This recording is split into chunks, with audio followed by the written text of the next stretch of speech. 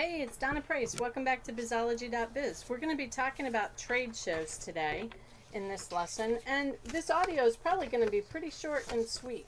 But I wanted to be sure to have a lesson on trade shows because it's an area where I definitely made some mistakes and I've had some learning about. So I wanted to share that learning with you so that as you decide whether you're going to do trade shows, business expos, fairs, you don't make some of the same mistakes. Some of the keys, there's some real keys to being successful at trade shows. They can be a great source of leads for your lead generation, but they're only a great source of leads if you do something with the lead. Like we've talked about throughout bizology, follow up, follow up, follow up. If you're not following up with your leads, then they're just a pile of business cards. And I've certainly done that. Things happen. I have great intentions of following up with the lead. The business card sits in a pile on my desk or sits in the box and I don't get around to it. So creating effective systems is part of what you want to be doing. And part of the planning for each activity that you do helps you to create those effective systems. By having an intentional plan going into the trade show, you're going to make sure that it's an effective event for you. One of the things that happens with trade shows is that you pay a fee to be in the trade show. I've paid, $200 for a table for a 6-hour trade show or business expo. Well, that's quite a bit of money. I'm also spending 6 hours there, usually a little bit more because I've got to prep all my materials at home or in my office to get ready for the show. I have printing costs to get all those materials ready. So there's other expenses. And I have a little checklist for you to calculate what the expense is. And then also to look at how many leads you could possibly get from the show and what the cost per lead is and whether you want to pay that cost per lead. But let's first look at some of the keys to trade shows. First, you want to make sure that you're participating in a relevant show. Is your target market going to be there? If it's not your target market, then what's the point? You want to have a professional and attractive display that invites people in to your booth or to your table. One of the things that is very effective is having a door prize or an incentive for visitors to give you their name, email, phone, and address. The more information you can get from them, just like we've talked about before, the more ways you can market to them. A lot of people on their business card don't have their physical address or a P.O. box, so you can't do direct mail to them. If part of your follow-up strategy is that personal note, great to meet you, a lot of people get knocked right out of that because they haven't given you their address. I'm going to show you how to create a form so that you can collect that information from people that don't have business cards, and you can encourage those with business cards to fill it out as well. So some sort of door prize. A colleague of mine is also a coach, but his wife is a chocolate maker, fine chocolates, and so one of the expos that he did, and maybe he does this all the time because it was so effective, was he had a chocolate bouquet. That was attractive. He got everybody's business card because they wanted to win that door prize. And so then you also want to consider having some sort of giveaway, such as pens. Again, it's an expense, so you have to decide, is it really worth it to have pens that you're giving away? Is there something else that you can do? Magnets are a less expensive alternative to pens. What kind of giveaway could you give that people would enjoy and use, but isn't going to cost you a lot? Pens, 33 cents a pen. If you give away 1,000 of them, that starts adding up. But if you're going to order pens or cups or whatever, you want to make sure you're giving it away and they're not sitting in your closet. Another colleague of mine that sells promotional items has a whole sheet on how to use your promotional items, but you want to be sure that you're using a promotional item if you're going to invest the money in buying it. It doesn't do you any good in the closet. You want to have brochures and flyers on your table for people to take. But if you have a real high-end glossy brochure, you want to decide if that's what you want everybody to take, because most of the brochures or flyers are going to go into their bag and only a few people are going to actually look at them. If you can come up with an interactive piece that encourages visitors to participate and engage with you, That's a great thing too. It gets people at your table, it gets them talking, it gives you something to talk with them about. Some people have like roulette wheels that they spin for the door prize, or spin to win the promotional item. That's a great way of getting people in, talking to you. But so walk around at different expos and see what ideas you can get for interaction. I have an initiative which is a simple block of wood with a nail sticking out of it, and then a pile of nails, and the problem is, how many nails can you balance on that one nail? Well, there is a definite trick to it, and we've gotten as many as 60 nails balanced on that one nail. So it's a great way to bring people in and start talking about team building, problem solving, communication, looking at things differently, out of the box, on and on and on. But people come up wondering what it is. What's that nail there for? And then you can challenge them. You also want to have a bowl of candy. That is an attractor for people. It needs to be wrapped candy, so not a bowl of M&Ms that people are all sticking their hand in. And you know, Halloween's a great time to buy because you can get those big bags and they're cheap. But you want a big bag of wrapped candy, put it in an attractive bowl, have some backup bags in case you run out. But it can be an attractor to bring people into your booth. Now, one thing I'll say, I have participated in a business expo with my local chamber, and they get a lot of traffic, but a lot of the traffic's not relevant traffic. But the irrelevant traffic loves pens and they love the candy. They take handfuls of the pens, handfuls of the candy. So you need to keep that in mind too. Who else is going to be visiting the show or the expo? Is there an entrance fee? Because that'll affect who comes to the show. If there's an entrance fee, then it's going to be a more targeted group that's in the show than if it's just free for visitors to come to the show. You want to have a solid follow-up plan, and we're going to talk about that. And you want to be friendly. Now you might be laughing, be friendly. Of course you're going to be friendly. But I have a colleague who's gone to many trade shows, and she talks about folks that she goes and she visits their booth, and they're kind of nasty. So she doesn't do business with them, and she wonders how they're successful in their business if they're not friendly and inviting to people that are visiting their booth, potential customers that are visiting their booth. So while it sounds simple, be friendly, because you can lose prospects right on the spot if you're not. And the other thing is, you might not be doing an expo right now, but this is a lesson where you can start thinking about it, because you do need some lead time to prep for an expo. And if it's something you're considering down the road, you can start creating the plan for it and come back to this when it's really relevant for you. But you want to plan your expo participation at least a month in advance so that you have all the materials ready. You don't want to be printing stuff the night before. I've done that. And sometimes the printer breaks down or it gets really slow and I can't get everything I need off of it in time. So some keys to success. Decide why you're going to be in the expo. Have a plan for attracting people to your booth and include follow-up. It seems like I've missed the resources, but I'm sure we'll find them as we move along here.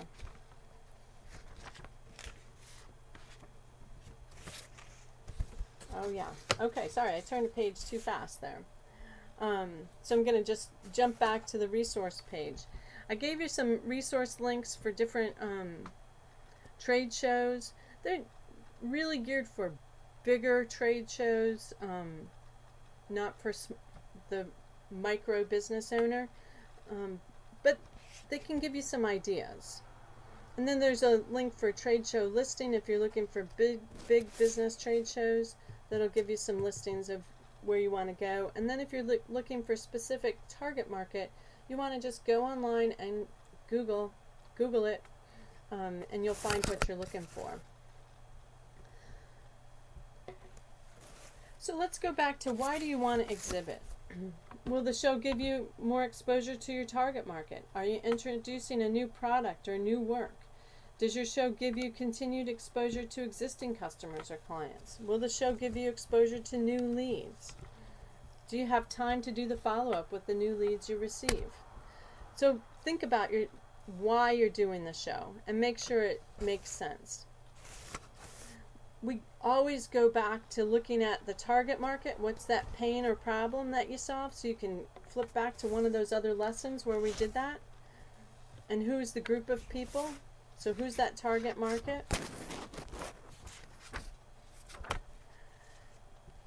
And is this a show that they're going to be at?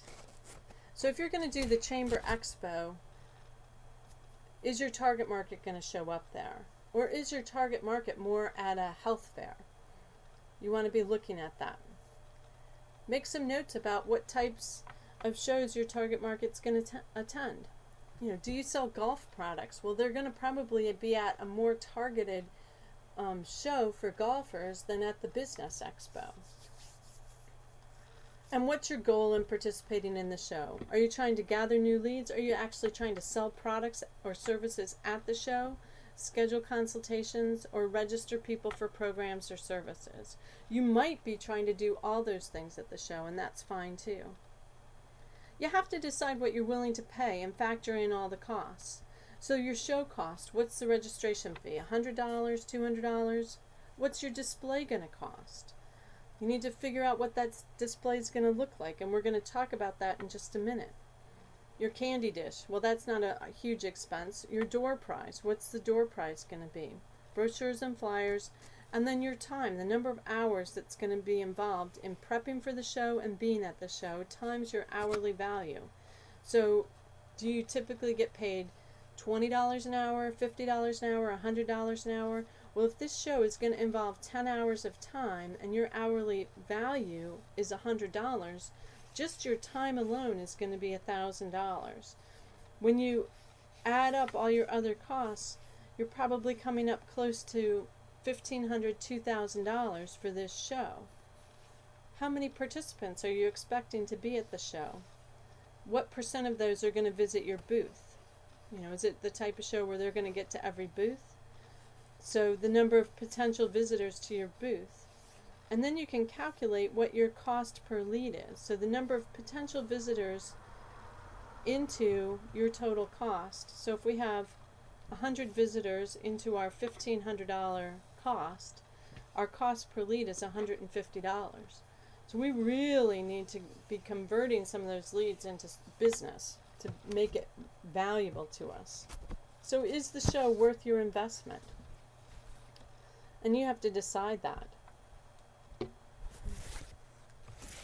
So you've decided that the show's worth your investment. So now you need a display. So let's talk about displays. You can have really extensive displays, very fancy displays, and pay a lot of money for a display. So use some of those links and research some of the display options that you have. What's your display budget? Are you willing to spend $1,000, $2,000 on your display? What I've done is I've used large format printing to create my displays. I have a banner that I use sometimes, and that was about $175. I think you can get it cheaper than that now. But definitely shop around. But now I design my display board. They're 3x4, so they're pretty big. I lay them out using Microsoft Publisher, but you could use, any graphic design program. So I set the page dimensions for the 3x4 dimension. I lay out what I want. I use big words, big pictures from clip art, and then a call to action or message on each display. I have 3 panels, so I have one right now that says business coaching, I have one that says individual coaching, and I have one that says who we work with. So I've had those for a couple years. Probably time to change them up a little bit. But they really have very few words. The first display that I made had hundreds, thousands of words on it. People walked right by. It's too much information, didn't draw people in. Now they can see what it is really quickly and decide whether it's for them. A better call to action for my display would probably be good. Draw people in. Then on my table I usually have a bowl of candy. I have the door prize. And on my door prize sign I say register for the door prize and receive a complimentary subscription to the newsletter. So you want to always have that, because then I'm getting permission from people to subscribe them to my newsletter. Large format printing, I think each one of my panels, I have them printed, then they mount them on foam board, and then they laminate them so they're shiny. And I think each one, it's been a few years now, but I think all three of them together cost me under $100. And so it's a very inexpensive way. If I want to change them, I can change them. I don't feel like, I just invested $1,000 in that display. I've only invested $100. So if I want to change, I can change. Or if I find it's not working. Or if I offer a new program, I can make a new one and replace one of those. Then I have easels, collapsible easels, and I bring 3 of them. 1 of them I have on the table, 2 of them I have standing behind the table, so it creates an image of a big display, and it can look really nice. So you want it to be attractive and inviting. You want to use pictures, large print if you're going to put words. They're not going to read long pieces of text, so if you have articles up there, I've seen people that have like letters, just printed Word document that you would receive in the mail kind of thing. People are not going to read it. They're not going to look at it. They're not going to come up for that long. If you have that kind of information, print it in a flyer that people can take with them. You want to have enough space for people to browse. If you're going to have products, you want to have a variety of products that you're offering at different price points. If it's a show where you can sell, some shows you can sell, some shows you can't sell at. You want to plan your display so it fits your product and service and is branding your company and your look. So you want to, if you have colors that you want to use your colors and branding throughout the display. And you want to have some sort of takeaway and a bowl for people to leave their cards in. Some sort of sign up and forms for people to fill out.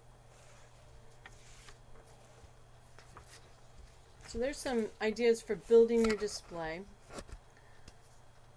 How are you going to attract people? What's your attraction factor? If your goal is to get new leads, you want to have a way that people come in. So that bowl of candy is a great thing. Attractive door prize is a good thing. Something that attracts people that they want. Doesn't even have to be related to your business. That chocolate bouquet was not related to this coach's business, but boy did it get him a lot of leads. So create a door prize, eye-catching, that pulls people into your area. Have a bowl for business cards and a form for people to fill out. So I have a form that has name, address, phone, email, and then has several questions on it for people to fill out. And those questions are just simple things. It says areas I could use coaching in: business development, life goals, staying focused on big goals, career change, transition, feeling stuck, want to write a book, work on a life plan, business marketing. So people check those different things, gives me an idea of what their needs are. For other businesses, holistic practitioners, you could have a form, same information, name, address, phone, email address. I need help reducing stress, reducing pain, feeling better, feeling healthier, fitness. So you could come up with a bunch of questions that would target that. Other businesses, you want to just come up with just little check. People don't have to think very much. And I also have a little spot for others, so people could write in their own thing. If I haven't thought of it and they need coaching in some other area, they could write in the other space. The more information you get, the hotter that lead is, the more that person is interested.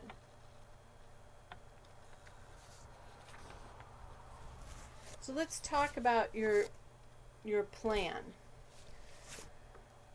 We've also we've already reviewed some of the goals that you might have. So in the space for your plan, this is your plan. It can go into your overall strategic plan and your overall marketing plan. So what's your plan for the trade show? What's your goal? What would make the show a success? 100 new leads, 10 new leads, one person signing up for your event? What are some ideas you have for creating that success? What are some possible shows that you're going to participate in? So are you going to participate in a health fair or a networking event, a business expo, a trade-specific show? What shows do you want to participate in? What's that ultimate outcome that you offer in your target market? We're revisiting those each time we create one of these plans. Your 30-second intro. Now, we've talked about that in the past, but you want to think about it really specifically for trade shows, because you really have maybe 10 seconds to engage somebody. So maybe asking a question. Are you feeling pain? Or is your business struggling? Might be a question for mine. Are you feeling pain? Might be for someone that works on physical pain. Do you need more leads? Might be one for a marketer. So think about what's a question or intro that you can give in about 5 or 10 seconds that is going to help somebody come into your booth or your area and engage in conversation with you a little bit more. What's your display? What's it going to look like? Have you figured out your attractor factor? How you're going to attract people and what it is. Are you going to have candy? Are you going to have a giveaway? Pens, pencils, pads of paper, frisbees, mugs, all those kinds of things. And what's your door prize? So what are the actions that you need to take in regards to all those things that we've talked about so far?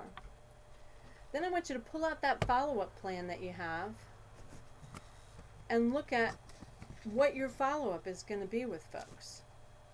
Step 1, 2, 3, 4, 5, 6. What are you going to do with those leads? Because this is the critical piece for a trade show. If you don't do follow-up, you will literally have a box or a pile of business cards and forms that don't do anything. People are not going to call you. But I've also known that follow-up plan is where other businesses fall short. They do not follow up. I go to trade shows or expos, put my business card in all the bowls, talk to people, and I get maybe one follow-up, maybe 2.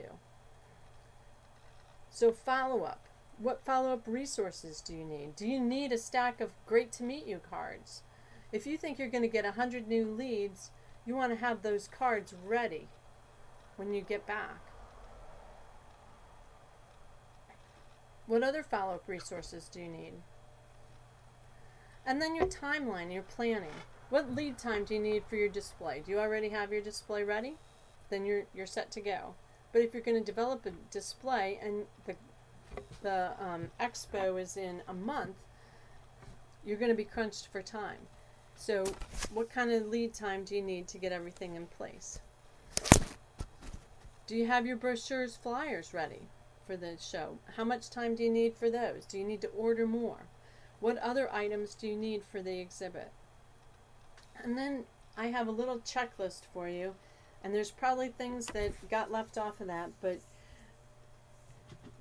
you want to make sure that you've got your display, that you've got forms for your visitors, you've got your bowl of candy, your door prize, your giveaway, your brochures, business cards, your interactive activity, info about upcoming programs, your show specials, so if you're going to do a sign up for and receive a special discount, a follow-up plan in place and ready to implement, pens for people to use to fill out the forms. It's always great to have tape, extra paper, markers. Looks like I left off easels there, but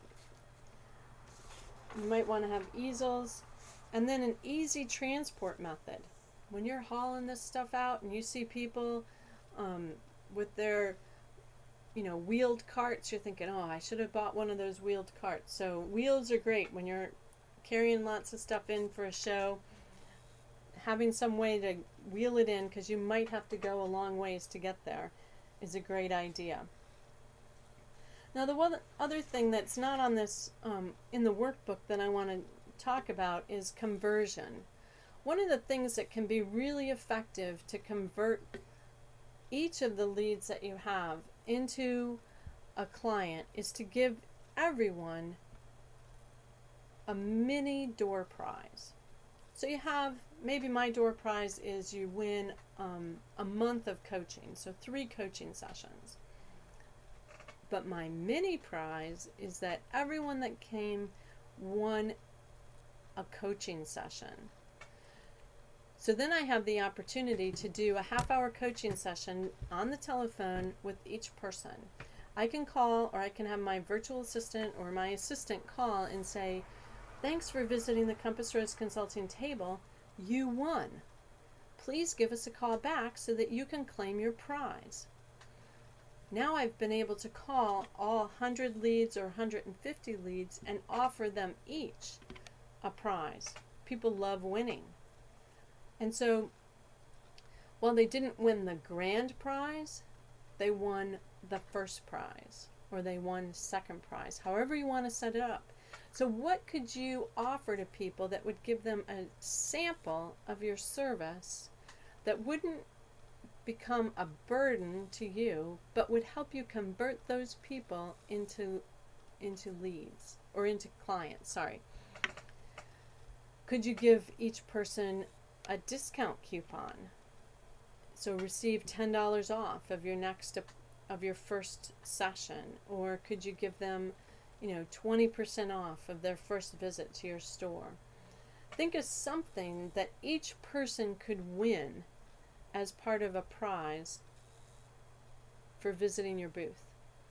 It increases your conversion of prospects into clients and gives you the opportunity to contact each one and say, you won, give me a call back. We're so excited that you won our prize. And you need to be excited that they won. So that's a little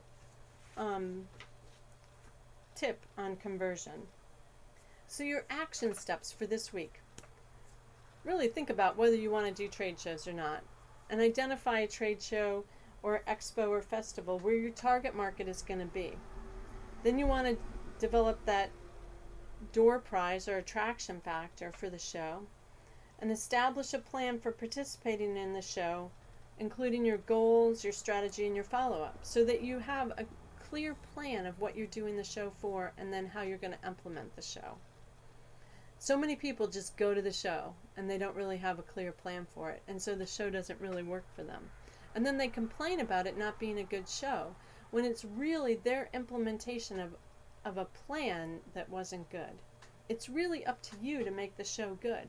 It's up to the show organizers to get people there, but if they get the people there and then you don't do anything with the visitors, then you're the one that fell short on implementing a solid plan. Creating a plan is the first step, and then implementing that plan. So create a plan for building your display if you don't have a display. You can also give the information to a graphic design person, even for the large format printing. Graphic design people would love to design a display for you. And I don't think it would cost you all that much money to have somebody else lay it out. If that's not your thing, outsource it if you can't do it. Then pick a show to exhibit at and sign up. So planning how expos or fairs fit into your lead strategy is really proactive. It's forward thinking. You decide whether it's a good fit for your business. Having an intentional plan is what makes it work. And a follow-up strategy puts you far ahead of the game, because most people are not following up. So let's talk about next week. We're going to be moving out of the pillar number 2, and we're going to move into pillar number 3, operations, because we're wrapping up bizology with pillar number 3, pillar number 4, and then we're going to do some more work-life balance foundation stuff. So be sure to check in next week, and we'll start on operations, and we're going to be taking parts of our marketing plan and putting them into our operations. But having effective systems builds an effective business, and it builds a business that then you can turn over to other people. The business is not dependent on you to be there when you have effective systems that other people can implement. Have a great week, and I will talk with you next week. Bye.